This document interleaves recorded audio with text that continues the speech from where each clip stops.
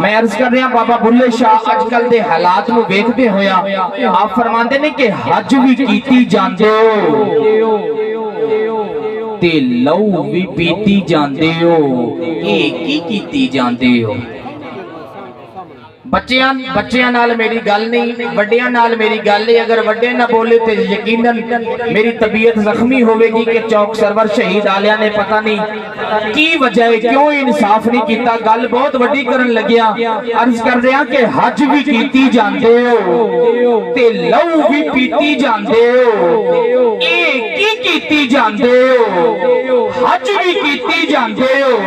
अगली लाइन में चौक सरवर शहीद आलिया नूं बगैर जोर लाए दे के जा रहे हैं, पता नहीं की इंसाफ करनगे।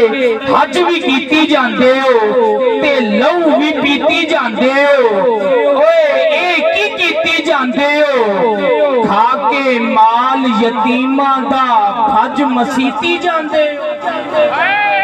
खाके माल यतीमां दा, खाके माल यतीमां दा ओए हज मसीती जांदे हो, ए की कीती जांदे हो?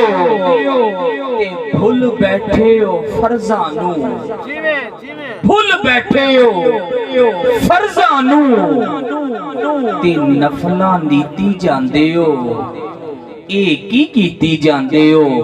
फट दिलां दे सींदे नहीं हो ते टोपियां सीती जांदे हो, ए की कीती जांदे हो? भाई दयान साहब आपका हुक्मनामा पूरा हुआ, आपका हुक्म था भाई काजिम साहब, आपने हुक्म दिया, वादा वफा होया, लेकिन कुछ बंदे अजे तक भी नहीं बोले। लेकिन बाबा बुल्ले शाह से नहीं, इसे वजन दे विच मैं एक लाइन पेश कर रहा और लाइन तो फौरन बाद ही किबला नु दावत खिताब पेश कर रहा। पता नहीं कौन बोलेगा ते कौन समझेगा। अर्ज कर रहा कि हज भी कीती जांदे हो ते लहू भी पीती जांदे हो, ए की कीती जांदे हो? भुल बैठे हो फर्ज़ां नूं ते नफलां नीती जांदे हो, ए की कीती जांदे हो?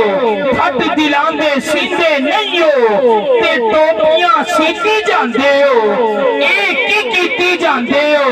ओए चौक सरवर शहीद आलियो जोर भी लवाई जांदे हो ते सुभान अल्लाह भी पीती जांदे हो। एक ही कीती जांदे हो, एक ही कीती जांदे हो? रब रब कर दे बुढ़े हो गए अते मुल्ला पंडित सारे, रब दा खोज खुरा नहीं लभदा ते सजदे कर कर हारे।